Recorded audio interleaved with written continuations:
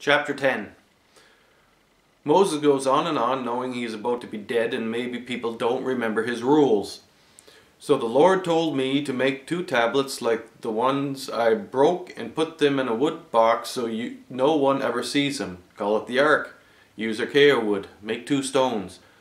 Has anyone seen the ark? Part of the reason the Holy Scriptures is so big is that everything is said over and over. Moses talks about when he killed high priest Aaron on the mountain. Lord God killed him. Made his son, likely the son of Moses, the high priest. The Lord put the Levites in charge of holy artifacts. They carried the ark, the jar of manna, gold and silver, not idle religious stuff.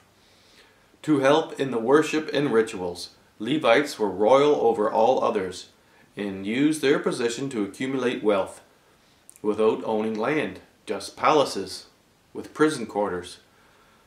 I was up on the mountain 80 days, and I convinced the Lord not to destroy you and give you the land he had promised. Do only what the Lord God demands. Love him, serve him, follow the laws for your own good. Everything belongs to God, the earth, everything on it and above it, the all and all of it. Verse 14, Mark, the heavens to their utmost reaches belong to the Lord your God, the earth and all that is on it. Quite a claim. Though you are stubborn, stupid people, God has chosen you. The Lord is your God of gods and Lord of lords. He is great and mighty, awesome. He don't do favors or take bribes. He gives clothes to strangers and is nice to orphans and widows. We were slaves in Egypt. Worship only God. 70 went to Egypt. We flourished and fucked up the Egyptians and robbed them of all they had. Then we were made slaves and multiplied to a huge number of soldiers. Then we murdered all the firstborn, and after we destroyed everything and then stole all they had, and soon we were as many as the stars in heaven, or soon we will be, hundreds of billions.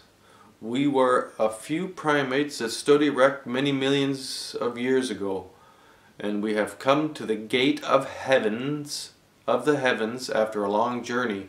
We will not forget the God of fire. We will master our one true God, and we will no longer kill one another. Evolution is the will of God and makes us the gods. Okay, you can see I've strayed a little bit here from the original text, but I think one of the things the original text you have to interpret it. And when you interpret it, you have to add flourishings to it. You have to brighten it up. You must put in some, you have to let it push you. And I think it wants to push you. It's like a swing, saying the same thing over and over again. I went to Egypt, I took you out of Egypt. I mean, how many times he told us he was going to kill us all, and then freed us all and made us the great people of the universe, and standing at the gates of heaven. And he said, he said it right there, mark the heavens to their utmost reaches, which is expanding at light speed, belong to the Lord your God, the earth and all that is on it. Well, they probably didn't really understand how big the universe was back when they wrote that, because we're just figuring that out now being the last few hundred years. But we can see it is very big and it's growing. Oh well.